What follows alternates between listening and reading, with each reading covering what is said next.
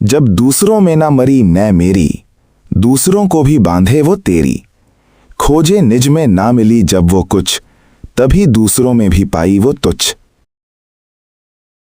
जब अपने में ही मनुष्य की मैं और मेरी अर्थात अहंकार व ममता का भाव न मरे, तो ये बाहर जगत के स्वार्थ पर टिकी हुई मैं और मेरी अन्य दूसरे व्यक्तियों को भी उनमें मैं और मेरी के भाव को उत्पन्न करके बांधती है और बहुत प्रकार से दुखी करती है तथा बहुत प्रकार के मिथ्या कर्म भी करवाती है।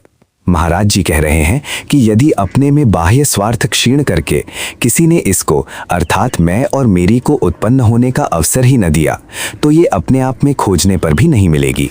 तब दूसरों में भी आपके राग द्वेष वाली यही मैं तुच्छ अर्थात ना के समान ही दिखाई पड़ेगी। केवल बाहर के व्यवहार मात्र के लिए, आवश्यक व्यवहार मात्र के लिए ही उपजेगी और वहीं शांत हो जाएगी और अनंत आत्मा को और उसके आनंद को कभी ढक भी नहीं पाएगी। इसको और भी स्पष्ट करते हुए उन्होंने कहा है कि किसी व्यक्ति द्वारा कटु वचन बोलने पर या मान हानि करने पर जब किसी को दुख हुआ तो उसकी मैं तुरंत उछल पड़ती है। जब ये अहंकार उछल पड़ा तो मनुष्य में तुरंत ही ये भाव होता है कि इस व्यक्ति ने मुझे दुखी कर दिया, मेरा सुख बिगाड़ दिया। उसी भाव द्वारा उसके भीतर दूसरे की भी मैं रची गई। अब वो उससे दुखी होकर जो कुछ भी उससे साथ व्यवहार करेगा वो उत्तम तो होगा नहीं, द्वेष क्रोधपूर्ण व्यवहार ही होगा और उससे दूसरा भी दुखी ही होगा। यदि कोई अपने बिगड़े सुख की व दुख की चिंता न करे, दुख हो तो तप समझकर सहन कर ले और दुखदाता के प्रति मन में द्वेष पैदा न होने दे। मैत्री मुदिता जैसे बलों का सहारा लेकर जो जिएगा उसकी मैं अपने आप में ही मर जाएगी। केवल सांसारिक सुख के स्वार्थ से या दुख टालने के प्रयास से ही मनुष्य में मैं मेरी का भाव जन्म लेता है। यही संसार में मैं का जन्म है। यदि सांसारिक सुख का त्याग कोई कर सका तथा दूसरों की लाचारी या अज्ञान से होने वाले दुख में भी अपने विपरीत रूप से भड़के हुए मन को शांत करने में सफल रहा और मैत्री आदि बलों के द्वारा जगत में प्राणियों में अपने स्वभाव को भी बनाए रखने में सफल हो गया, तो उसकी ये मैं या मेरी का क्लेश सदा के लिए शांत हो जाएगा।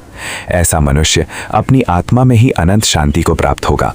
उसे संसार में जन्म नहीं लेना पड़ेगा। ये मैं मेरी का क्लेश कई प्रकार से जन्मता है, कई एक शाखाओं से फैलता है। जहाँ जहाँ जन्म से बच्चे के दुख को भुलाने के लिए उसके मन को खींचा गया है, उसे मान आदर गौरव से बढ़ाया गया है, प्रीति की वस्तुओं में खाने पीने आदि में लुभाया गया है, उन सब में उसका सदा बने रहने का भाव पैदा हो गया है।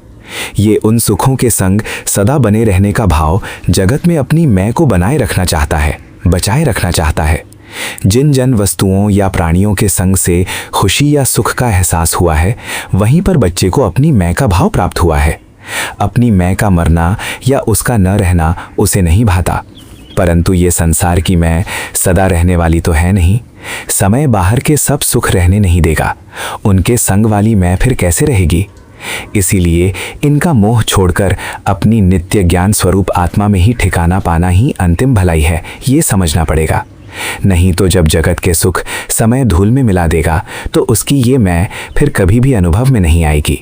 तब अविद्या का अंधकार जीव को उसके विनाश की शंका पैदा करेगा और मनुष्य उस विनाश की शंका को मिटाने के लिए पुराने सुखों के संस्कार जगा जगा कर फिर उन्हीं पुरानी कामनाओं के सुखों को याद करता करता मरकर न जाने अपने किन किन कुकर्मों की दुर्गति को प्राप्त होगा।